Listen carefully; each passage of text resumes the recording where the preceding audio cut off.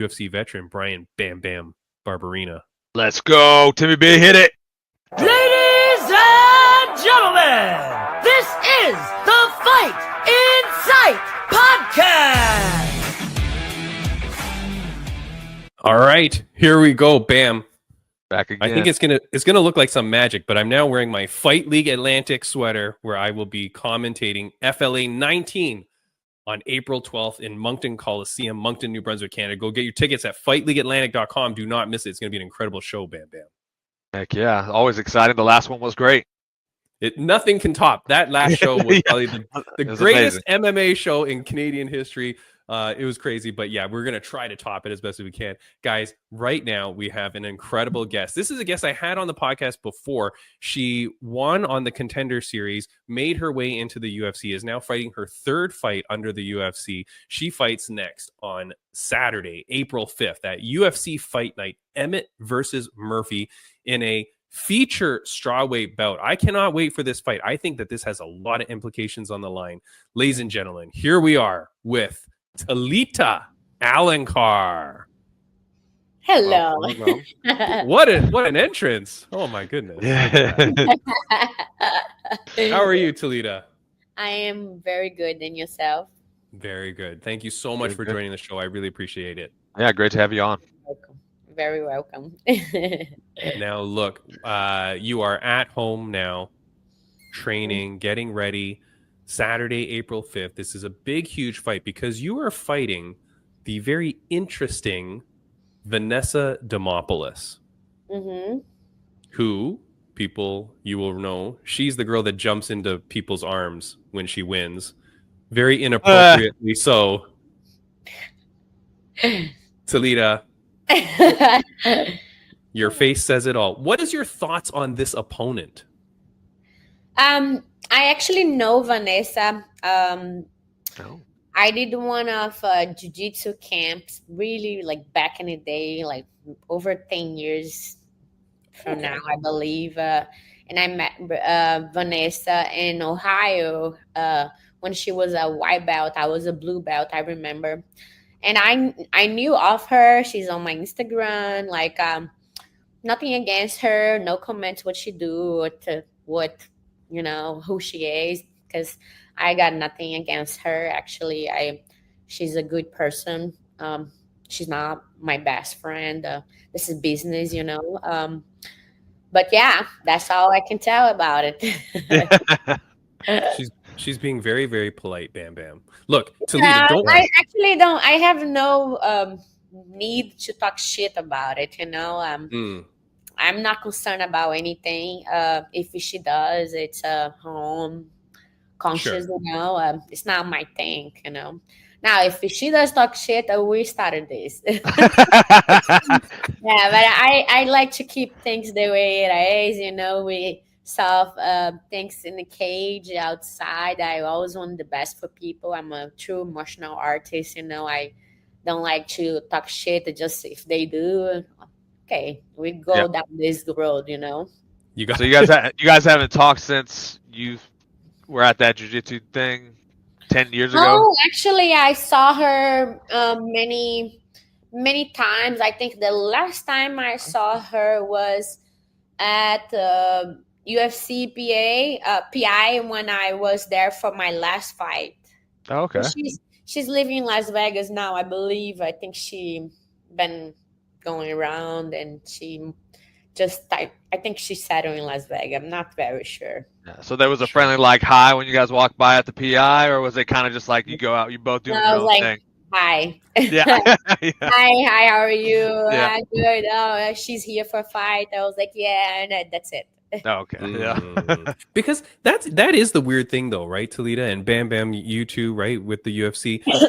Because the PI is there and because it kind of brings in everybody, you're constantly seeing people that like are not your teammates and that you will fight one day. Like that is got to be weird, right? It's not weird. It's the business, I'm very sorry. Like, I think people make it weird. Like, as long as somebody's my division, I know there is a possibility. I mean, it doesn't stops me to be somebody's friend and set up boundaries, but it's something that could possibly happen. Now your teammates or you guys train together change everything, of course, but otherwise it's you there is always a possibility of everything, when you are there, even in this process. It's not on fight camp with you, or like she's not about to fight. They're like most of the athletes that move to Las Vegas, they're Right. because they want to constantly be fighting, they want to be available, they want to be fighting like 3 times a year, and there is always something behind you know so I know she moved to Las Vegas not because there's good training. She moved down there because she wants to always be fighting, make money, and I don't know if she wants. Every fighter fights for a reason. Most of all, you will tell that, oh, I want to be the champion. That's something that's very common. Everybody is there for a reason. You know what I mean? There are some people that are really there for making money only to become famous. You know what I mean? Because they want to be on pay-per-view. They want to be a star. Everybody's fighting for a reason. So in general, I think it's not weird. It's the business, and it is what it is. Yeah. Yeah. You're very, very nice, Toledo. Yeah. Because I mean, I can see. Hold on, I'm gonna move my camera a second because I feel like it's not centered here. people But make stuff worse nowadays, like, oh, I think you make everything worse. Make stuff simple. It's easier. Yeah. Hmm. I think What people is just your- try to get a reaction from people. Yeah, you get triggered. I'm very like into human behavior, psychology, and I understand as far as like when it comes to days, like everybody always gonna create like a storm inside a cup, or they will simplify things. Yeah. It is what it is, Bam Bam's the guy that always makes a storm inside a cup. He's always so like grumpy and angry. Nah. It's terrible, Toledo. I don't know. But okay, but keep what- it simple. Keep it simple. keep That's it for me. simple. Yeah, Bam Bam. He lives that life. Toledo, what is your reason for fighting then? You are the problem child, Toledo Alencar. You've been all around the world winning jiu-jitsu gold wherever you've been. Now you're conquering the MMA world. What is your reason for fighting?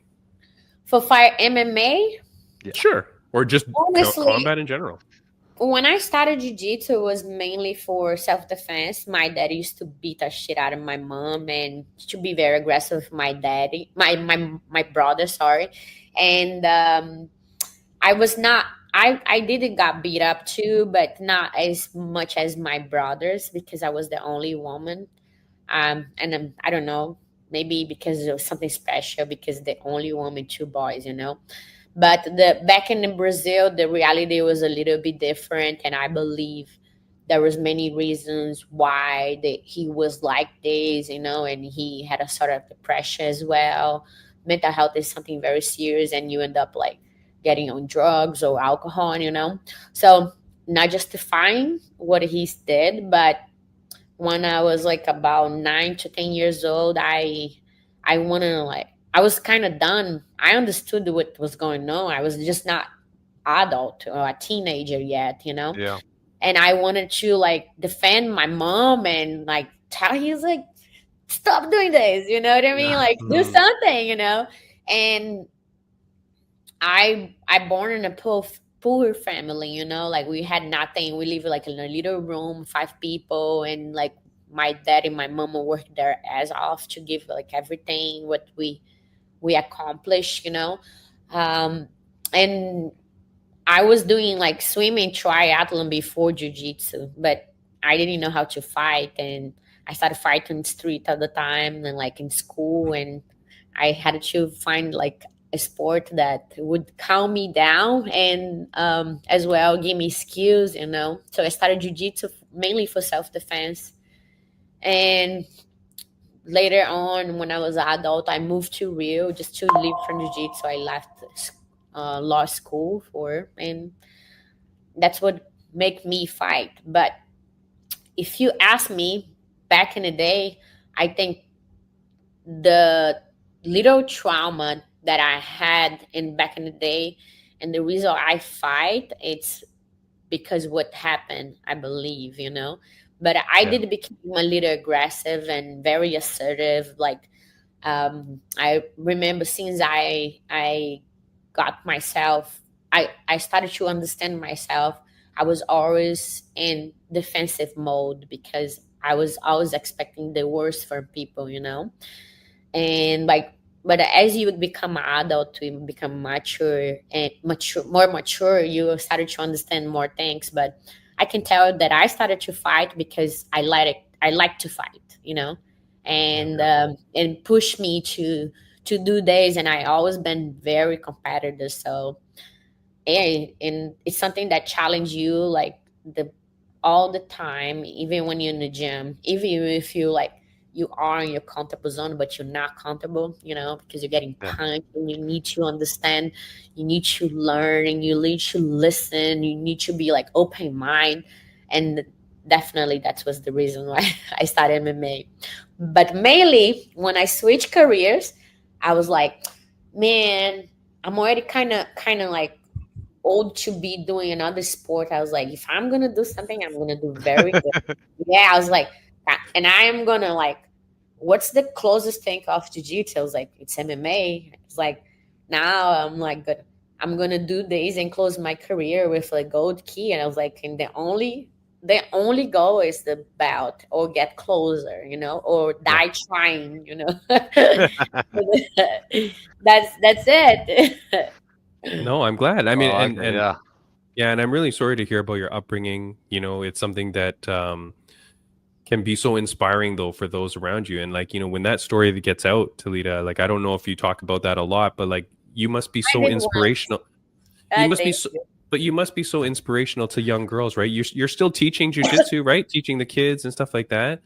So I mean, that all must be part of it though, right? Because to have that kind of upbringing and now to be able to teach the younger generation and be like an inspiration to them and a role model for them, you must be so proud of yourself. Yes, and that's very like what's the word, rewarding, like. And there is good and bad times financially. I don't do mainly because of the money, because it's not what I'm looking for. Of course, it's one of the goals, like you want to Yeah. pay bills and etc. Being not being in the top at the UFC, it does not allow me just fully leave from there. I do like to make money as well, but mainly is for to be part of people journey, like get a girl Yeah. that's bullied in school and like able to be part of her growth, or their growth, and seeing that adversities that they face in the training, like with me. And I'm very like hard and disciplined as far as like working in group, like self development, because I think this is very important when you're not at home, because for a parent, it's easy to discipline your kids to a certain point, but after this limit, you have to be flexible. But somebody for the outside will discipline your kid much harder than you, because it's easy for me. I don't have this feeling of like, oh, it's my baby. You know what I mean? I will discipline them. I will Yeah. discipline them, and if I have to slow down to teach a lesson, I will. And they don't understand why it's so important. You know what I mean? Yeah. But I'm Yeah. sure that I always give them homework. I was like, okay, guys, today you guys do this, and I use very like formal words, and I say, okay, do you guys know what is a diversity? And you're like, no. I was like, okay, so this is your homework. When you come back next class, I need to know what's the meaning. Everybody has to bring me a different meaning, okay? But that's relate, okay? And they say, why you put me with a big guy? And I was like, there we go. That's a diversity. Do you think I train with like girls all the time? I train with guys. Yeah. There's Yeah. someone going heavier than me, and this is the diversity that I face every day. So you gotta like think about these things. You know what I mean? And parents sometimes think, oh, just discipline. No, it's much more than this. Yeah. That's incredible. Absolutely. Amazing. So two brothers, are you still in contact with your family, or do you have a relationship with your father now? Yes, I do. I forgive my father because I'm very Christian. Like I think forgiving people is very important. So you don't live like with this burden on your heart. Like you Yeah. don't need this, and everybody have a self journey. You know what I mean? And I have my own. I did forgive him. I helped my family in Brazil. I'm constantly talking with my brothers and my mom. They're in different cities. My brother's in the same city that my mom. She's there sometime, and she lives where she was born. But Nice. we have like land and stuff there, so we always have to be in contact, But yeah, I forgive my daddy, and like everything's good, I want the best for them, and everything I do it's for them. Yeah, that's That's amazing, great. Talita. Yeah, that is Yeah. amazing. Really good story, and like so meaningful to people, Talita. And I do Yes. hope that a lot of people hear this story, and I do hope that as you continue your journey as an incredible fighter and you continue doing all the things in life, that you can share that story more too. And I do think It really touches the heart. It really touches the heart. It really does. It really does, man. Oh, thank you. Yeah, I'm not trying to be like a poor person, you know what I mean? I'm no, not at all. Feel like you guys feel pity for me. But thank you. I appreciate it. No, it's inspiring. It's inspiring, especially for people who maybe be in the same situation and upbringing or anything. It's inspiring for people. So I think that's a story that needs to get out there. I'll tell you something. It is. I'm not going to get in details because I like to keep the privacy of my clients. But I was talking with one of the moms yesterday, and I was like, it was the first time they came over, and I always like do like 15 minutes like a self-defense, and I talk to the kid. I go down to their level. I say, hey, what's up? What does this school look like? And I was like, which sport do you play? Like me and then, not with the parents, you know what I mean? Because you got to bond with them. You got to break the ice so you can work with a kid. And each person, you got as a coach, you got to understand their necessities so you can work with them, Yeah. And later on, at the end of the class, that I was giving her feedback about what I taught, what does my experience look like, and she ended up telling me that she had a little trauma back in the day, and it was very related to my trauma. And I was like, as soon as she talked, and I was like, boom, and I was like, don't you worry, I have your best interests. The same thing happened to me, but it didn't define who I am. It didn't help me, and I am who I am because of this, and I'm the best version of my parents. You know what I mean? Yeah. But do not make these mistakes with your kid, because if you're too flexible with kids, I say kids, they born sinners because they are your seeds, and you will build them over time. You will teach them principles, values, and build a community and stuff like this. So I can tell what I see, and it's like, but I apologize because I don't want to go over this point because you are the parent, and I do something in the back, you know what I mean? But if you allow me, if you're open mind, I will speak freely, you know what I mean? I said it. And you can't be too flexible for 4 years old. I said it. You gotta be disciplined, but to a certain point. But I will be more than you. And she's like, oh, thank you so much. She started almost crying. I was like, no, don't need to cry, because it's important, when you have like a challenge with your own kid. It's because sometimes the trauma that you had your childhood can define your firstborn, you know what I mean? And can never you have to always be thinking about this, because whatever you've been through to you, you cannot pass to your kids, It's a real challenge, So, but anyways, and it was like very cool, it was like rewarding. I was like, don't you worry, I have your best interest. I will work with him. And she was like, oh, thank you so much. I was like, okay. So those things are rewarding, you know what I mean? For me, it's amazing.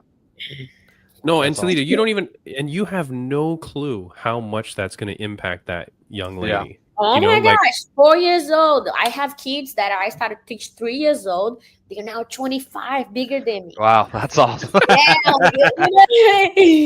I've been doing this like for 25 years, jiu-jitsu and teaching for like about 15, whatever.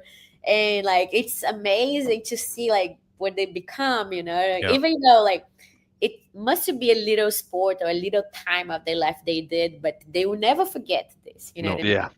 Absolutely Yeah. not. No. Yeah. No, when you have like I grew up playing tennis and soccer and then martial arts later on in life, but like when you have those certain coaches that like impacted you in a certain way, or that like really like did something or said something meaningful with you as a child, you remember that for life. So those things that you're instilling, I'd be remiss if I don't say though, Toledo, what is the gym that you train at? Because there might be people listening to this going, I need to get my kid to Toledo. Okay, so it's being a UFC fighter. I've been to many challenges of like finding like a good place to train.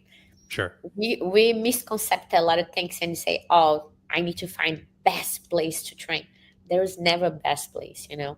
That's what I learned like in this little like MMA journey. It's like about 7 years now, 7 to 8 years.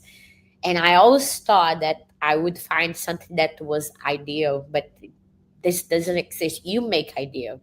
And you have to work for days with your team and who you choose to be around you.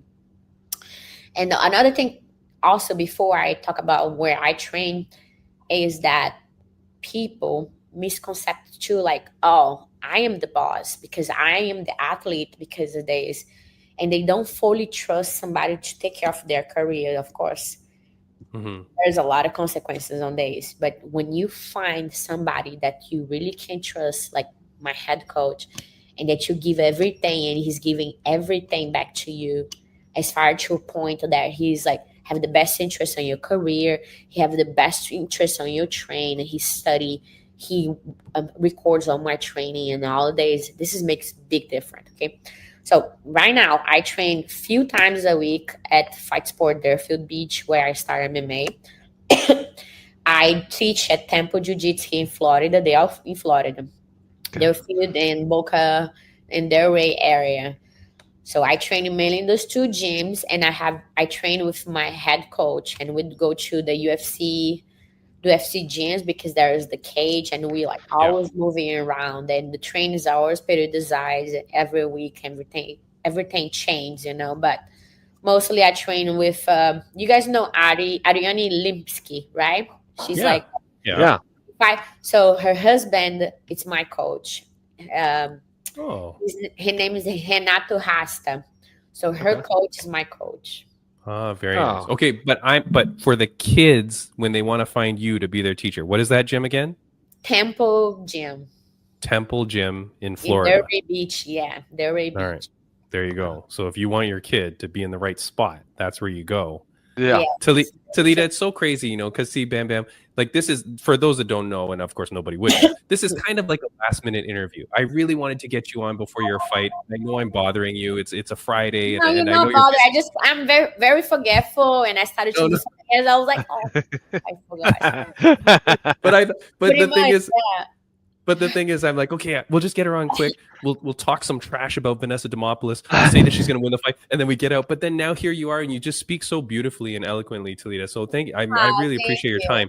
I do want to, of course, get to the fight though. It's right here. This is it. That's the poster there, or this is from WMMA. Vanessa Demopoulos versus Toledo Alencar, strawweight belt, April 5th. Flex again. We missed it. Let's go.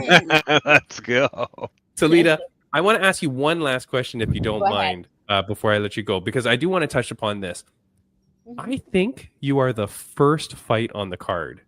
Yes, I didn't know, but my friend Josh, he's a big MMA fan. He knows more MMA than me, more people in boxing and everything. So. Moving forward, he called me yesterday. He's like, "Oh, I had so many things to talk to you, but let me see. I forgot. Oh, yeah. I just looked your fight on Google," and I'm like, cool. He's like, "You're the first fight again." I was like, damn it. I was like, I want to be like in the middle, whatever, like 6 fight or whatever. I was like, again, because they're going to rush me up again. So I need to be there. They like the last time, my first fight in UFC, the guy, the referee came 5 minutes before I get in, and I still had to go to the bathroom pee. And I'm like, jeez. And yes, in the end, like I won, and I was like celebrating. They didn't even wait for me to give me an interview, and the guy kind of waiting, but he didn't like call me, you know. And I was like, I was pissed off, but I was like, whatever. So here's the thing. I'm pissed off. Okay. Because I think that this is a huge fight for the strawweight division. I think that Vanessa Demopoulos has really made a name for herself. I think you are a hot incomer coming in with eyes on the title, with a background, a pedigree that you have. I think it's big. I look at the rest of the card, no offense to anybody, but your fight is more exciting than all of the prelims. You know what I mean? Even the main card. The main card's pretty good. Pretty good. Really? Oh, you're being very kind. That's you being such a nice person again. And me stirring the cup. He's good. There's one of those two guys that's gonna fight. He's good. He's good. I watch him. Who? Let me check because I don't know his name. I'm bad. I mean, Bam Bam and I are both. Bam Bam and I are both married to South Korean women, and the South Koreans never win. And there is a guy, my wife is always so mad because every time the South Korean goes, they lose. This guy, Lee Kang-ho, he's fighting. I mean, we'll pray that this guy wins, but not looking good. Okay, all I'm saying, though, Talita, is I'm a little bit upset where you're placed on the card, but I don't want it to mentally bother you. No, you're never gonna mentally bother me. Those things doesn't matter. Doesn't matter. Yeah. You're a competitor. You're a competitor. You like to compete. No, it doesn't matter. Like, because in the end of the day, I know how to separate things. You gotta learn how to focus on things that really matter. You know, like, yes, I will listen to you. I'll acknowledge things, but it doesn't really matter for me, to be honest. Like, first or last fight, they're not gonna change. Of course, if I was in the main card, it would be amazing. I would be talking shit and like. But so that's what we need to get her talking shit. I'm just gonna walk in there like I'm the queen, like you know what I mean. My fight week would be amazing. My weight cut is okay. You know what I mean. I don't never have problem losing weight. I'm like one of the smallest but dangerous. You know what I mean. So, Vanessa is that she really make a name for herself. I congratulate her for her career. Totally different backgrounds, of course. When I remember back in Ohio, she used to already fight, you know, for surviving, not for because she loved to do this. And she's a brawler, you know. She's not a super technical striker, you know. She's a brawler. She's gonna throw overhands, empty low kicks, like two combination high kicks. It's not something that's like. I'll be fighting with girls that's the 10 best of the world, you know what I mean? That I would have to have a real fight camp for, you know, of course it's a fight. Everything can happen, you know, but I'm not trying to not be humble or not confident, but honest, you know, about things. So it's going to be good, you know? Yeah, you're prepared. You're prepared. 100%. Good. I just wanted to say it to you, Talita, because, you know, like, I really appreciate you've been on the podcast twice now. I consider you a friend. You're always so kind to me online. You're very nice. And I just want you to be laser focused in. I know you are, of course. You're a world champion, not me, but I know. But I just want you to be focused in, kick ass, because this is a huge thing. I know you're saying that Vanessa has had a good career, but you're about to end her career. That's it. I am pretty much repeating what you say. You say Vanessa made a name for herself. I was like, yeah, really, she has a good career. She's been in the UFC before me. She thinks that she's a star, so let's treat her, let's shine, but not with me. Yeah, I know. You're very nice. I'm talking trash for you here. Gonna beat her, wipe her. You're gonna make UFC regret that this fight was not on the main card. And I guarantee you, after this, your career just keeps going up and up, Talita. I'm so excited for you. Before we let you go, is there anything that you want to say to the fans, viewers, and listeners that are watching? Yeah, just follow me on Instagram, Talita Alencar BJJ. If you have a question about self-defense or anything else that you spoke about, hello. Okay, froze for a moment. If you have a question about anything else that we spoke here, I will answer. I do want to talk about something. So I am a partner with this new style of jiu-jitsu. It calls beach jiu-jitsu. And Also, I was gonna ask to everybody follow Beach Jiu-Jitsu. It's like submissions only tournaments in the beach over the Oh sand. wow. Oh, Yeah, that's it's cool. so cool. So I don't know if you guys know Craig Jones. Yeah. Of course. Yeah, so like there's video of him went viral. He was in Brazil, and those kids that work at the beach was like kind of try to wrestle him, and Okay. he threw them and like mouth and was on the beach in the sand, and this is like pretty much what beach jiu-jitsu is, you know. Okay. Yes, All right. it's pretty cool. We're gonna have a next event that's gonna be here in Miami at May 17th. And we're trying to do like pretty cool things, bring like guys doing capoeira, Brazilian dancers, and another like entertainment things so we can open the event. We're also going to be partnership with the US wrestling US Wrestling Beach. That's Okay. they do the takedowns, yeah. So we're That's doing cool. cool things, yeah. Um, I would love to everybody follow this page. It'd be cool. I'll be there if you guys also need questions about this. Awesome. Very cool. Wait, That's what exciting. on Instagram? On Instagram? It's Beach Jiu-Jitsu. Beach Jiu-Jitsu, you guys gonna find. I'm gonna look it Okay. up real Wait, quick. how do I spell it? Beach, like off beach. Yeah. Jiu-Jitsu. Oh, Beach Jiu-Jitsu. Okay, hold on. Yeah, it's Beach Jiu-Jitsu Federation? yeah, Beach Jiu-Jitsu Federation or International Federation. Oh, very nice. All right. Oh yeah, I see it here. Doing all the jiu-jitsu on the beach. Let's Yeah. go.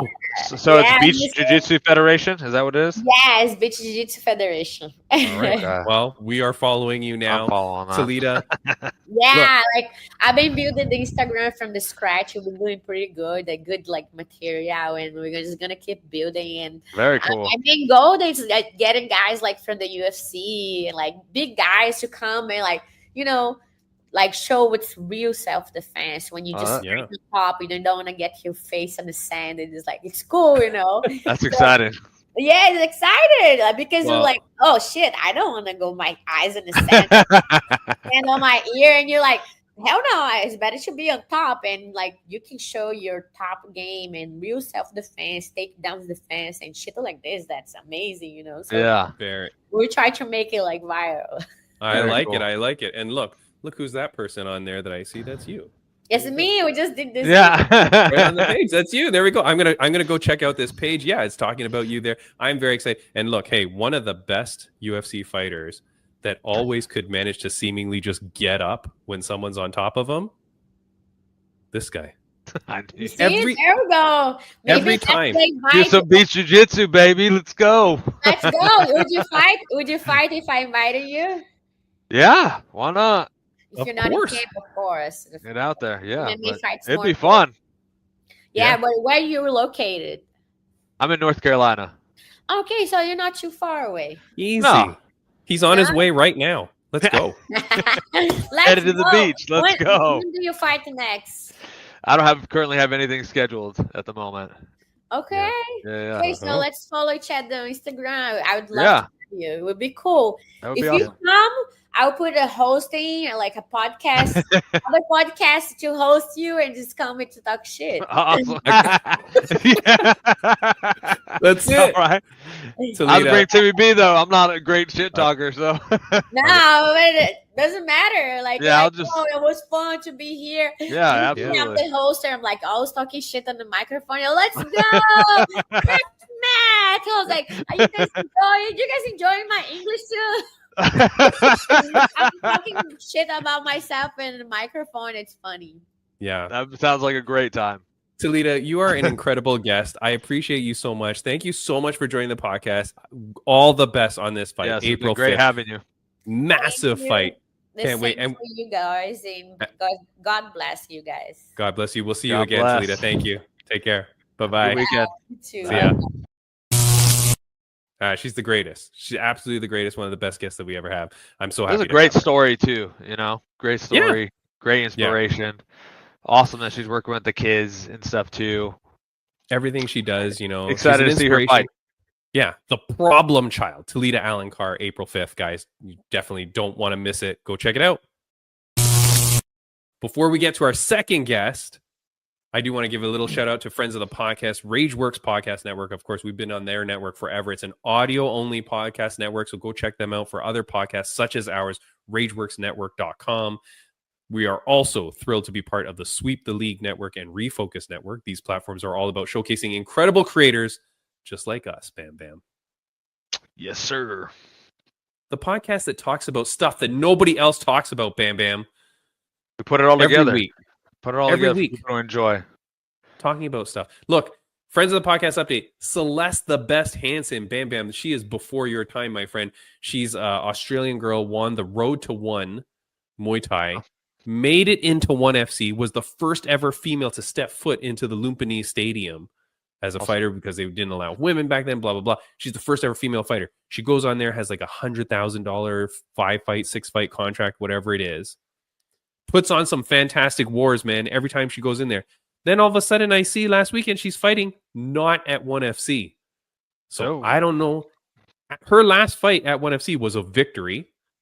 Yeah. I don't know whether they let her go. She fights at Fairtex Fight. She gets a brutal win. I'm going to show Liam the photos after because I want him to replicate what she did, man. But she gets a crazy win. So I'm so happy for her. And then other friend of the podcast that was supposed to fight last weekend, Ashley Whiplash Steiner, Bam Bam. Yeah. No fight. Crazy. It's unfortunate that's part of the fight game. You know, fight week. The opponent pulls out. We talked about it on our podcast because the girl took a stupid combat jiu-jitsu fight the week before. Yeah, nuts. Lame. Nuts. So as far as we know, Lights Out has booked Ashley for their next card. I think it's in May. So I think she's going to be fighting very soon. Good for her. Sad for her, though. But anyways, look. Crazy. But we called that too, Bam Bam. We did. Yep. We call a lot of things here. Crappy deal. Yeah. Our second guest today, though, Bam Bam, let's get right to him. He's waiting here. He's mad at us now for making him wait.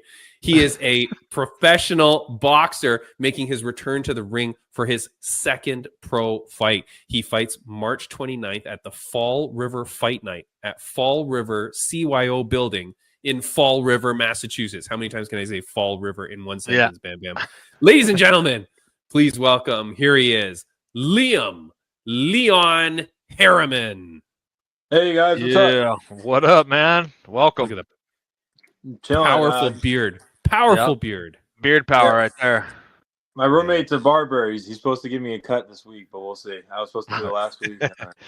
Don't take too much off that thing now. Yeah, maybe. Who knows? I might just go in like this, whatever. I'm going down to Mass, and I'm from Maine anyway, so I'm already going to stick out like a sore thumb. There you go. Why do you stick out? What do people in Massachusetts look like? I don't know. I just feel like, sneakers, more urban kind of look. I show up Timberland boots, pajamas, looking like this, half shaven. In the summertime, most of the time I don't got shoes on, so that's about Nice. I feel like Bam Bam might be your twin over here. That's a good look. It's a good look. Where are you from, Bam Bam? Well, I'm living in North Carolina now. Oh, really? The farm life, farm life. Got some land, and we started a little farm and everything. I was in Tennessee for a bit. How many acres you got? I got 50 acres. Oh, damn, that's nice. We had 40 growing up. My parents split up, but before then, I used to raise pigs and chickens and turkeys and awesome. It's the life, man. Yeah, dude, you should stick with it. That's when I'm done with this. That's my goal. Is I want to just get off the grid. Yeah, that was our original plan when we were gonna start a farm. Is like I was all gun ho about off grid, completely off grid, like in the boonies, no way to get a hold of us, kind of thing. My wife kind of reeled me in. And, sometimes you gotta make sacrifices. Sometimes. I was a little, I went a little overboard crazy, but it's definitely, hopefully at one point we'll be there, at least as self-sufficient as possible. Yeah, absolutely. Well, who knows? Times may force it anyway. Yeah, you're right. You're right. Yeah. Exactly. I feel very jealous though, Bam Bam, because you're talking about your 50 acres. I've got like maybe 50 feet of land here in Toronto. That's a lot of land. Yeah. Liam Harriman, man, good to meet you and good to see you again. I met you on millions.co where we did a quick interview before your first fight That one went your way, 1-0, one knockout, perfect record. Yes, sir. Here you are now, man, moving into that second fight. Talk a little bit about it. Tell us what you're thinking here. Yeah, this one's been interesting. I learned a lot in the past few months about the professional boxing circuit. So that first fight, I had an opponent pull out on me the week before, and then thank God the matchmaker found someone who stepped up, and I didn't know what it was going to be. I knew he didn't have much of an amateur background, so I was like kind of going into it. I was a little nervous. I'm still young, so I was like freaking out. I'm like, who am I going to fight? He's 280. I walked in, I'm like 205. And so I didn't know what I was going to be facing, even though he didn't look athletic. You can't count anyone out. And then I saw what the level of competition was, and I was like, oh my God. And then I realized that that's why a lot of people are 10-0 and 15-0 and 20-0 in boxing right now. And I'm like, I went home sick to my stomach, to be honest with you, because I was like, I don't know. That's not why I do this. You know what I mean? I don't want to beat up some guy that needs a paycheck that's just signing up because someone told him. You know what I mean? Wait, you went home sick after the win? Yeah, I felt terrible. My coach got mad at me because I wasn't celebrating in the ring. I was pissed. I was like visually upset. Like, I just did not. Like the look in the dude's eyes. It just when he realized what was going. I don't think he picked up a pair of gloves in his life. Like, I was like, oh, I don't know. It felt guilty. I felt guilty. I'm not even gonna lie to you. Yeah. So I was like, let me challenge somebody, and then if people would either respect me or not like me for it, and it seems like it's going both ways right now. So I don't know. Yeah, I called out someone like 800 ranks above me, and I guess some feathers were brushed and ruffled up, but we'll figure it out on Saturday. Yeah. Well, look, okay, but here's the thing. Yeah, sure, maybe 800 ranks above you, but that's full of 799 can crushers that are fighting that same guy that you fought. No, and that's what I said, and I'm like, you know what? And then I just would way rather look back knowing that I did the right thing than to just pad my record for the next 3 years and then wait for it. I think Dana White signing with the Saudis might change that too, because I don't know what the fighter pay is going to look like, but I mean, I think that the competition level will be good, at least. Like, it'll be like best fights the best, but I don't know what they'll pay, so we'll see how that pans out. God dang, I should be more prepared, Bam Bam, but I did see a post that they had someone had like got some behind the scene documents about the numbers of the pay. Do you recall what it was? It was way more than UFC. I know that. It was? Yes, because meaning like for the entry fighters though. Bam, you talk about it. I'm gonna try and look because I did make a comment. Yeah, I'm not sure. I think like coming in, it was a little more or something. Maybe it was a lot more, but I don't really remember. I just glanced over it. I saw that it got released or someone, leaked it. But yeah, I get where you're coming from. Like, you want to really test yourself when you get in there. You put in the work. You don't want some guy who's never picked up a pair of gloves, and then you're just putting a beating on him. Yeah, I mean, especially the guy that was in there that night. I think like anyone else could have like put him in a coma. Like, I was kind of nice about it. I feel like I wasn't trying to like rip the guy apart. I was trying to get him to get out of the ring. That was kind of my goal. Like, let's just get this over with. You know what I mean? That's nice of you for sure. Did you just rip the body, or were you just like I concussion?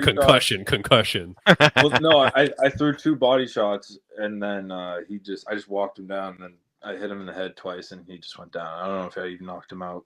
He might have just been like, "This sucks." Yeah.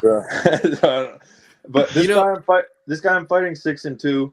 He's fought on Dazon. I don't know how to say it. DAZ. Nobody knows. Dazon. I hear Dazon or something, but I always thought.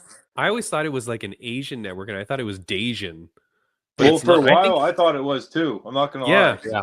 Because it kept showing like Asian martial arts, and I'm like, I guess it's Dasian or Asian. Yeah. I think it's DAZN, I think is what it is. Oh, okay. Yeah. Well, he's fought on there against a pretty high-ranking opponent. So I don't know. I figured let's do it. But then they tried to tell me I had to pay him to fight me, and I was like, I'm B-side. Why would I pay? That doesn't even make sense. So then that's kind of how stuff started, and then when they wouldn't, then they said I wasn't prepared to take the fight, and I was like, "Well, who dictates that other than me?" And then my coach was like, "Talk some shit," and I did, and then we got the fight, so it worked. Yeah. It wasn't. It sounds like they were trying to like, well, he's not ready to take it because he's not paying us. It's like, well, why would I pay you? Yeah, I don't have. Dude. I'm living in Maine. I'm 24. I'm making a third of the money I used to, so that way I could focus on boxing. You know what I mean? I'm not gonna. It's hard enough to get sponsors. I live in a small town. You know what I mean? So Yeah. but yeah, so I'm just grateful for the opportunity, and hopefully, from when I've talked to some other promoters, I go out and do what I need to do on Saturday. I'll get some pretty decent opportunities. So yeah, I'm pretty excited for that. Look, man, that's the tough thing though, right? Because, in this world that we live in now with all the influencer crap, right?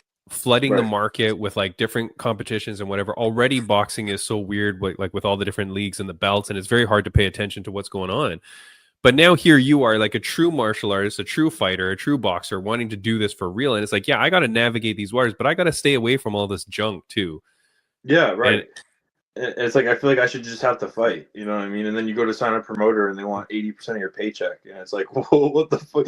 Well, Yeah. I don't understand how any of this. Like, for me, like I was such a shell shock because like growing up, I was so into sports, watching NFL and like NBA and all that stuff, and like I would go to Patriots training camp every summer, and like you see these guys nice. train at the top level and what they have to get through to get there, and it's the best go against the best, and there's like trainers and there's like things in place for the athletes and stuff like that. But with boxing and MMA, it just is like you're on your own, and that's what it is. And then it's worse than you're on your own because it's more so like people are trying to take advantage of you. Yeah. So it's like, I don't know. I knew kind of going on with this, and I'm gonna probably piss some people off, but I'm not even trying to be like I'm not even trying to start problems. It's just like if you're gonna do the right thing, you're probably gonna piss some people that are trying to make money or you know what I mean? So piss them off. That's just what it is. So I mean, you're really just stating facts, honestly. yeah, I mean, I don't know. No, I have to go out and back it up, though. That's the thing. Yeah, so, of course. But but that's the thing, though, right? And I mean, that's what, geez, Luis, like everything you're saying, Liam, is exactly what we talk about on this podcast all the time. But like, we're the only ones that talk the truth, Bam Bam. Nobody's talking about the UFC antitrust lawsuit. No one talks about the reality behind the Cain Velasquez murder trial. No one's talking to lawyers about that stuff. No one's talking a thing, right? But we do. So, Liam, man, you're here on purpose to talk shit about people and to reveal the truth about this stuff. That's what we want, man. I don't want you to baby around it. Like, tell it like it is, man. Because here's the thing: I do commentary for Fight League Atlantic out on the East Coast, right? All these great amateur fighters, man, looking to make it all the way. They need to hear the truth, man. They need to see what like the real world is like, because as they go to do it, we need people like you who are already there now, breaking that wall, breaking that barrier, to tell the young kids like, hey, look, this is what it is. I really worry about the influencer stuff, man, about how like people can get suckered into these weird things, man. Like I feel that's changing the game. Yeah. It's also making people think that they can fight when they cannot. That's so don't even get me. I have literally stopped talking to people because like they'll talk to me the same way they used to when I was in like high school and look down on me and kind of stuff like that. Right. I'm like, why are we treating this like I don't like like do this every single day? You know what I'm saying? Yeah. I don't know. It's just kind of weird, but no, I know what you're saying. Like it's the whole environment. People just talk like however they want to talk, no repercussions, and then things like go on behind the scenes, like I was just talking about. Nobody does anything about it, and then if you talk about it, it's like people have like a silent button because like no one can have civil debate. They either like flip out or have to go quiet. You know what I'm saying? Yeah. So it's like constantly like you're in the shadows. Like it feels like doing the right thing nowadays. Like you're like a modern day like hippie. You know what I mean? Yeah. Like even just speaking the truth. It's like I don't even know how to explain it. It's so weird. It's a trip for me, but it's not the norm now. It's like it used to be. You'd be a good person, you speak the truth and everything. That was a normal thing. Now it's like, well, the normal thing is to just not it's just a bullshit. Put a fake smile on and then try to sell stuff. It's like I don't know. That's like kind of what I was saying to my coach about face-offs. I'm like, the day someone like touches me at a face-off, or, like gets in my, I'm not even trying to do face-offs anymore because I just think it's like weird. Like there's like this whole like tradition. Like you're just like. I don't need to look at you. We'll fight tomorrow. And then if you the only other time a human being is going to be touching me is in a fist fight in a ring. So if you think it's like okay to put your hands on me and like. Well, I think it's gotten out of hand where they're like, yeah, more people are like touching you at a face-off. Well, if you're gonna face off, like no reason to touch anybody. You're gonna do it tomorrow. We're gonna handle business tomorrow. Yeah, and exactly. like nowadays, it's like fuck. People are the moment you get in a face-off, someone's pushing you, trying to come up with something to smack you or punch you. It's like yeah, that's what I'm saying. Like like they're putting on a show like as if it means nothing, but I mean like. And that's real life. Like you're putting your hands on somebody. Like you can't. Yeah. I don't know. That's becoming normalized. I guess that was. Yeah, they're not making any repercussions about it either. Like yeah, right. They're just like, oh, don't touch nobody, separate. It's like, okay, but he just fucking punched that guy. Like in the face off. And the guy, you know, let him punch him back at least, like or something. Like you know, there's no repercussion for him putting his hands on him before the fight. Like. Take money off the purse, do something. Maybe where people aren't doing these stupid things. Yeah, but that's my point is like all these stupid things accumulate and it's just like it builds an environment of people to just think and act any way they want. Yeah. You know what I mean? With no sort and then now we're all I don't know, it just feels weird. Everything right now has been we need to get some more I don't know if they want to do lawyers, commissions, whatever they gotta do, but get the private stuff out and just make it open and have the records public with everything and have rules for face-offs, have rules, you know what I mean? Just everything's so in question with the fight world that it's just like it's because they need to promote. They need like people have such a limited span of attention, man. They need you to make some sort of viral moment at that friggin' face-off. Otherwise, no one's gonna buy our pay-per-view. Like that's kind of the reality. It's more for them than it is for you.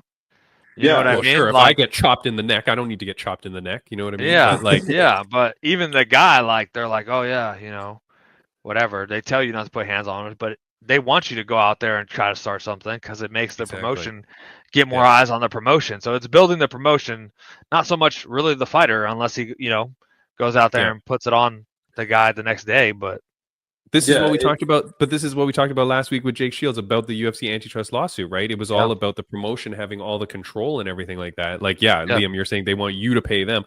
I did find the post here, just so you know. That's why I was looking down. $20,000 if you're facing an unranked opponent in a 10-round bout. $50,000 if you're fighting a ranked opponent number 5 to 10. $125, 3 or 4. $375 if you're challenging for a championship, and $750,000 if you're defending the championship.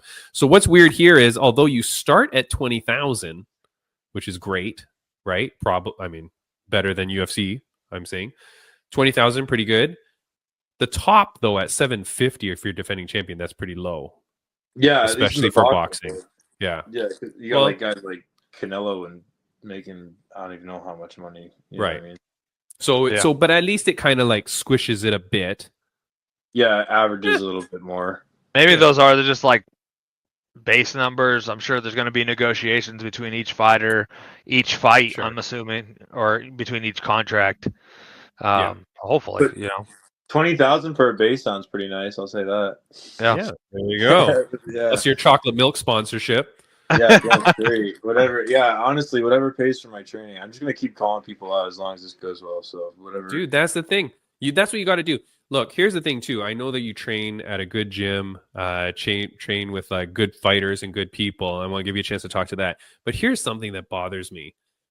We're talking about like the influencer boxing and stuff like that. There's a lot of people though, man, that fight and that don't train well, don't train right, don't train at the right gym, don't train with the right people. I'm going to put a post up here. I'm going to focus on the bottom, but this was someone that I know that posted this after they lost a fight. I know that this person does not train at a gym. Like they are literally training in their backyard and stuff like that. And they unfortunately lost their fight. I think they did well. But this is, it says, I promoted myself. I was disciplined. I trained. I dieted. I made weight. I showed up like a professional. I didn't even have a legitimate corner. I dragged my boyfriend with me and we sent it. I even got my hands wrapped by a total stranger. Wow. Man, Liam, you're training. You're doing the right thing. You got the right gym. What do you have to say to people like this, though, man? And I keep meeting them that they're like, no, I don't need a gym. I don't need whatever. And I'm like, I think you do. Yeah, you need. I mean, wow. Yeah, no. Unless you're Yuri Prohaska, like. Yeah, he is the gym.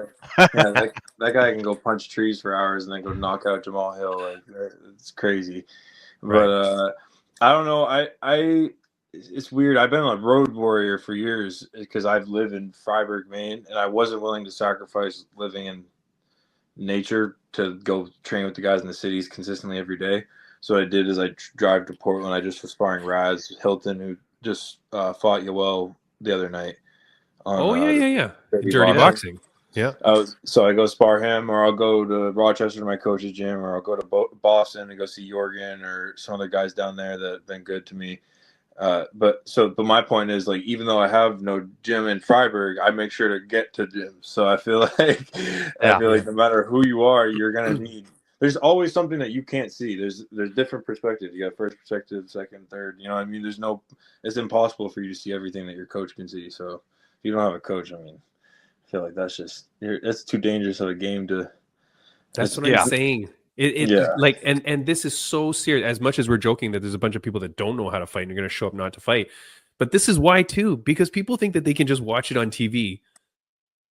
Right. Oh yeah, it's that Street Fighter mentality. Like, you know, I've been at some gyms where, you know, you have the guys come off the street and be like, I want to spar. I'm here to test all these guys.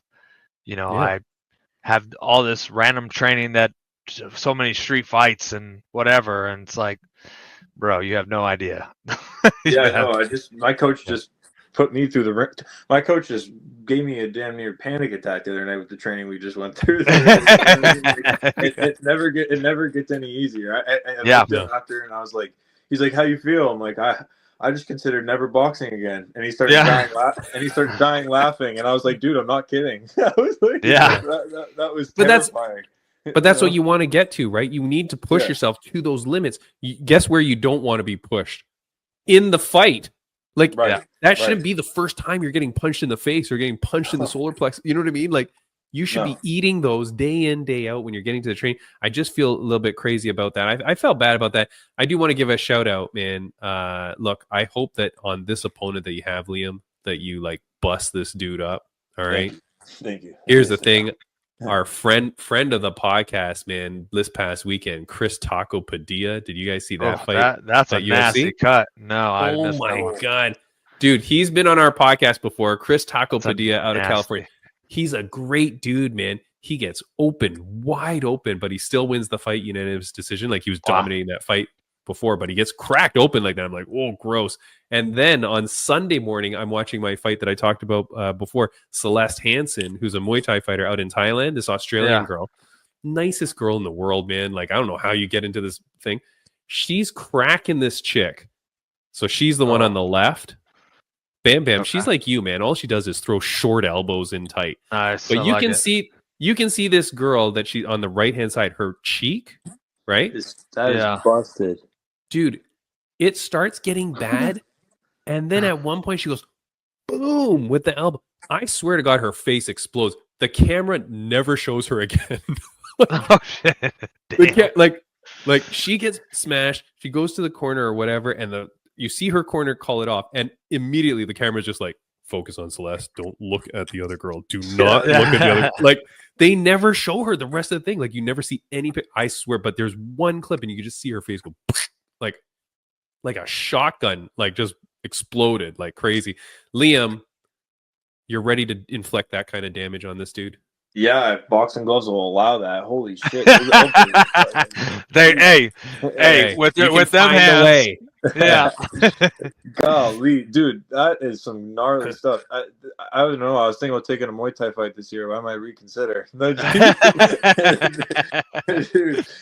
I was thinking about going with Jorgen to jump on a MMA show with him, but I'm like, I don't know, bro. I was gonna ask, are you? Have you always been a boxer?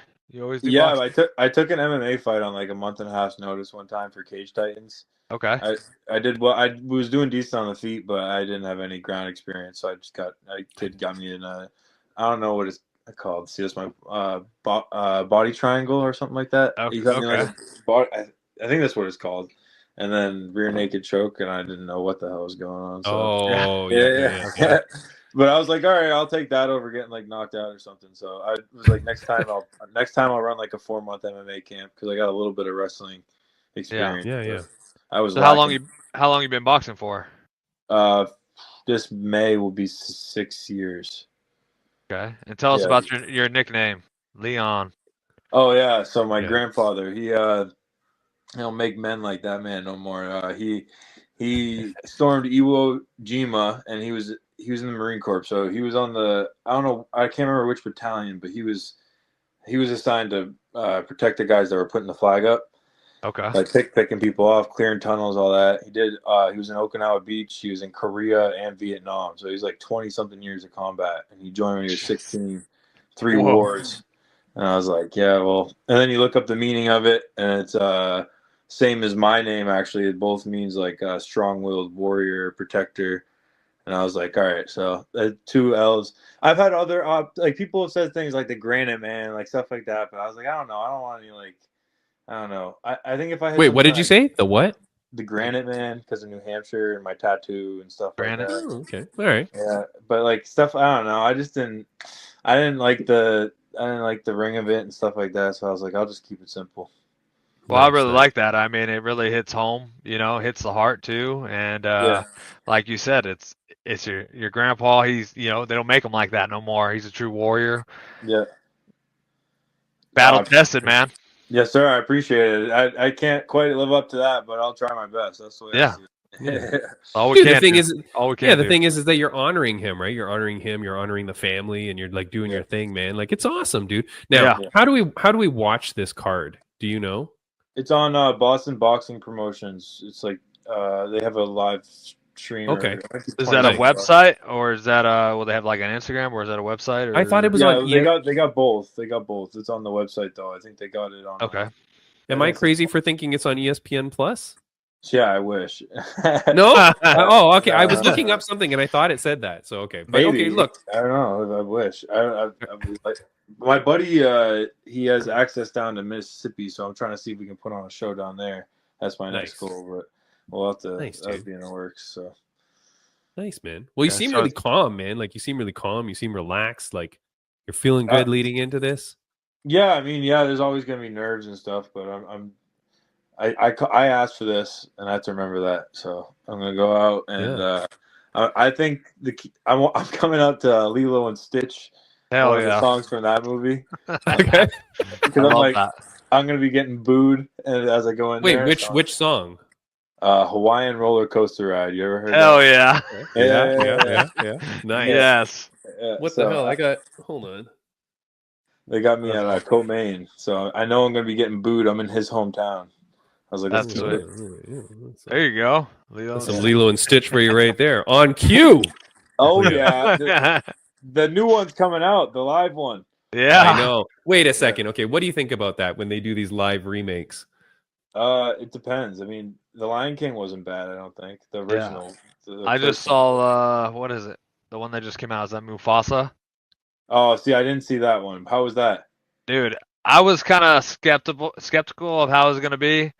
After seeing it, I was like, okay, it was pretty good. It was pretty dang good. Wait, yeah. which movie? I think it's Mufasa.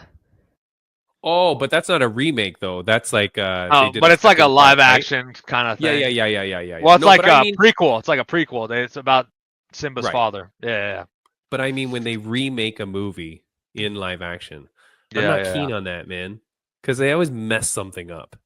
You know, Yeah, I don't Yeah. need that. you yeah. know? No, that well, especially if they change the storyline. I get very mad. Yeah, they mess up a little No. some cool details from when the original. I did Yeah. want to say one thing though. I forgot. I told I said it last time to Tim, but I watched your. I think I was like 15 or 16, but I like watched your fight with Vincent Luque. Oh yeah. Dude, that was one of the fights that you would, believe it or not, I'm putting you in big company. You and friggin' John Jones were like one of the reasons I jumped into this stuff. Wow. Dude, that fight was crazy, bro. I Thanks, man. actually watched it earlier to remember. I just wanted to tell you that, bro. So I think it's cool, full circle to talk Look at on here. that. It's pretty Oh, cool. I really appreciate that, man. That's it's a How great much did honor to be ranked up there for you as like getting started with John Jones and stuff too. So No, he Yeah. clearly I said appreciate it. you and John Jones. He Yeah, clearly no, said that. honestly, you and Luke's fight, and then Yeah. Jones Gustafson fight. Those two fights, I'm like, yeah, I want to do this shit. Yeah. Hell yeah. Yeah. You know what's so funny though, Liam? This guy, Bam Bam, he's so like innocent and humble. He didn't even know he had a Wikipedia page. So we were going through it the other day. And then he realizes, and it's so funny, like how like your ears must have been burning or something. But like the Luke fight was ranked what? One of the best fights of the year. No. Yeah, What was it was like up for a candidate for fight of the year. Fight of It the should have year been for that year and all year. that. Yeah. What beat it? It was the Adesanya Gastelum fight. And I actually saw that fight live, and it was pretty nuts. I don't even want to. That fight was not. That fight is over hyped. I'm not gonna lie. Hey, I enjoyed my fight. I thought it was awesome. I had a great time out there, even though I did lose. Like when people ask me, it's definitely my like top ranked between that and then the Robbie Lawler fight for me. But I always mention the Vicente fight because I mean it was a fun fight. It was a great fight. Well, I think the reason I put yours above that one is because you and Vincent both brought it equal. Like you guys both came for war. I think I'm not gonna lie, it's just my opinion, but I think Adesanya should have handled that fight. It shouldn't have been that close. I think it was more about Gastelum just being the underdog. You know what I'm saying? Right. Whereas you and Vincent were two dogs. I don't know. That's just my opinion, but I don't know. Yeah. So. Well, I mean, appreciate Liam, the kind words. I really do. You have quickly become Bam Bam's favorite guest. Yeah. Let's go. I'm excited. Look, hey, the fact that you said, hell yeah, I want to do something like that, or I want to do that kind, it just makes me want to fight. I'm excited to watch you fight now, too. Yeah, that's what I'm. Yeah, even when I'm supposed to stay on the outside, I end up in a firefight. Yeah. Dude, man, I'm excited for this, man. Look, you're saying all the right things. You're doing all the right things. Look, I think you're right, man. I think you take the fights that get you to the next step ahead. And like, if fighting another can or another 2 cans or another 10 cans doesn't really get you anywhere, then what's the point of that, right? If you can call your shot, get it, capitalize on it, then the next one and the next one and the next one. I had a UFC fighter on the Abdul Mansour. Oh my goodness, that's terrible. That kid, Mansour Abdul Malik, who UFC fight. I think he only had like 5 amateur fights or something like that before he turned pro, and like very quickly makes it to the UFC. Like his fast tracked so much, and I was like, "Yo, how did that happen? Like, why?" He goes, "Look, I knew that I was ready. I just wanted to do it, and I went here, and now I'm succeeding." And it's like, yeah, sometimes the road less traveled is the way to go, man. And like, that's what you're doing. And I'm happy for you. When you finish this fight and you win this fight, when you get on that mic, you have the call out. You're ready. Well, I have the call out, and I already talked to the guy's promoter. It's just a matter of paying for it. So it's like maybe Dana wants to throw me on a card and pay for the guy, but the guy's got a belt. He's in Germany.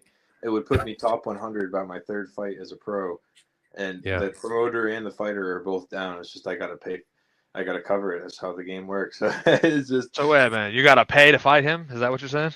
Yeah, but it's fair. The guy's he's old and he's gonna retire and he's hold the belt and he's top. He's like 105 on the ranking. Years old? No, no, he's like 50. He's like 50 years old. Like he's pretty yeah. But he has a belt, so I called him out. And his promoter and I got along, and they were down to fight. It's just money talks. So I mean, I wanted to call him out, but I talked to a different promoter about a show coming up, and he said as long as I do my thing on this show, we'll talk about that. So I mean, there's some options. We'll have to figure it out. I don't have a promoter, and I don't really want one, so I'm gonna have to do it myself. But I'll find a way. Oh yeah, yeah, man. And all good on it. And because like, you know, you make a statement here, you do something, you go viral, you do whatever, that's what gets the eyes looking. You know what I mean? Like the eyes come, they start to see what you're doing, things open up for you, man. That's the way that this world works. So I'm happy for you, dude. Like, thank you. I just gotta get that KO. I can't leave it to the judges. Not where he lives. No. No, man. All right. Excited to watch you work. That's for sure. Yeah. Thank you. I appreciate it. Guys, again, this is Leon Harriman. Look, he is fighting at Fall River Fight Night at the Fall River CYO building in Fall River, Massachusetts, March 29th. Go check it out. Do not miss this fight. You're going to want to see it. You're going to want to see this man before he makes it too big. You got to get on the train now. And where can they watch it again online? It's BostonBoxingPromotions.com. It's like $25, I think. There you go. Sweet. Yes, sir. $25. It's nothing. Yeah. No Go check biggie. out this fight. Yeah. Go support this man. Dude, I'm happy for you, man. I'm glad that we met before this interview. Much, much better. You're much more well lit. You're not in a you're not in a group. It was a disaster last time, Bam Bam, but we still became friends and we're good. So look, man, I'm excited for you, dude. Go kick ass, man. Bam Bam. Next week on the show, we got two crazy guests, man. First guest is former UFC fighter, now drafted to the GFL. It's Pani Bonsai Kianzad. She says she has lots of dirt to spill on GFL or lots of stuff to tell us. So I am very excited because God knows what's happening with that. Speaking of GFL, stupid Dylan Dennis was supposed to fight GFL. He was supposed to box KSI, and then that whole thing fell out, right? That was this past weekend. So GFL, big stuff coming up. Pani Kianzad is going to be on. And then, Bam Bam, Octagon MMA, Octagon 69 is coming up next week. And we have one of the fighters on that card. He's fighting a big fight. He's a young kid, 23 years old. His nickname is Stifler, which is so funny, which I think maybe it's Stifler. But his name is hold on, let me get it here. Stifler's mom. Yeah. The Stiffmeister. That's why I don't know if it's because of that. But anyways, his name is Max Holzer. He's a German MMA fighter. He's going to be on the podcast as well. So we've got two great guests next week. And then, of course, we'll tell you all about Liam's fight. So, dude, thank you so much for coming on the podcast, man. I really appreciate this and wish you all the best. Thank you for having me. I had a great time, and on to the next one. We'll get another one in after I go catch the dub. So, heck yeah, that's it. It was great to meet you, buddy. All right, it was great meeting you too. Yep. See you later, guys. Have a good one, guys. See you, buddy. Oh my God, my voice! I'm dying. I'm losing it. All right, that is our second guest. Bam. What a good show we have today. Yeah. Two great guests. Great show. Both of them very good people. These are not what you think of when you hear about cage fighters and boxers. You think that these are like despicable, lousy people. But there's more people like you. Two solid people. Solid guests. Good people. Here's the thing, Bam Bam. We are recording this on Monday, and I'll just quickly say that the news just broke regarding Cain Velasquez.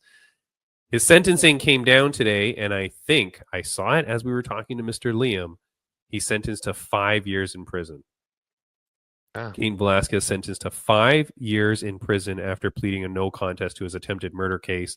The deputy DA had asked to serve 30 years to life, but sentencing also includes time served. So I wonder if it's a 5 years on top or 5 minus the 1 year. I think he served 1 year in prison. So I think it's time on top of time served. I think I did see a post on him, like he mentioned something. It was like something he said or whatever that about the verdict coming out or whatever the verdict was that going to be is that he knows that he did wrong and that whatever the judge decides he is okay with, that he knows he's done wrong. Good on him. Yes, I think that was the right thing for him to do is to put out some sort of statement like that, especially because he's so well regarded by people in the community, in his community in California, but also around the world as an MMA fighter, as a former UFC champion, a dominant champion. Yeah, and so for him to say something like that, I think is very important for people to hear because Bam Bam, I get in a lot of fights with people online over this general issue and what it was about and stuff like that. But so I think it's good for him to say that. And that was really populated around MMA social media. I'm just taking a look here at a news article if I can see as much as I can. But yeah, it's saying 5 years. Yeah, and that he fully accepts responsibility. Is it, earlier with good behavior kind of thing? Like, I guess you never know. Sentenced to 5 years in prison minus time served for a 2022 shooting. I believe he only served 1 year in prison before being let out with an ankle monitor. So then I guess that's 4 years in prison. I don't know. It doesn't say here. It's not like an episode of Law and Order. It doesn't say. Dig. with a possibility of parole, blah blah blah. Yeah. Well, I mean, I mean, you never know. I think those are obviously Yeah. possibilities and stuff that come up. I think You know, so, if you- and especially for the fact that he's been out for 2 years now. Anyways, it's kind of weird to go back. Yeah, exactly. I'll tell you, the toughest guy in the prison is not excited to see him back. Yeah. Daddy Kane. that title.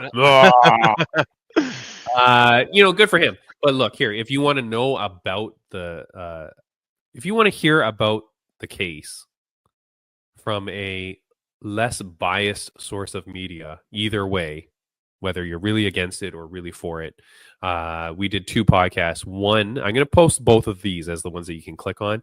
One was with a criminal defense attorney, Daniel Martinez, who's a good friend. He sadly passed away now, but he's a criminal defense lawyer, and he talked about it right when the whole thing happened. So he gave his point of view as a criminal defense lawyer as to what was going to happen with Kane.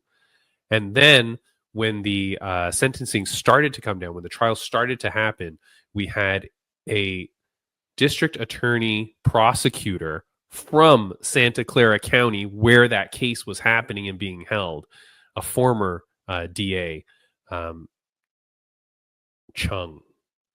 His Instagram is Chung for Change. I can't remember his name. Alfred Chung, I want to say, but that doesn't sound right. He came on and he explained from the prosecutor side what was going to happen and what kind of deals and stuff like that. So very interesting. We did both sides. It was very interesting. So I'll put those up here. Bam, bam. Yeah. Aside from that, my friend, we'll talk about all the real great stuff episode all the time. Yeah, man. Yeah. By the way, go call your friends at UFC, Bam Bam, because this came out.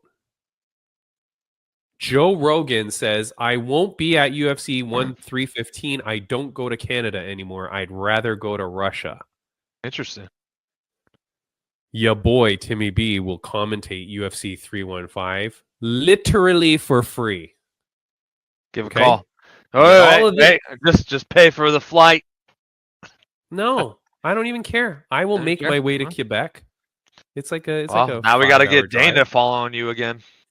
Or not blocking you. That's the problem. All right, guys. Bam Bam, we are out of here, man. Good to have you back as always. And next week's going to be a crazy podcast. So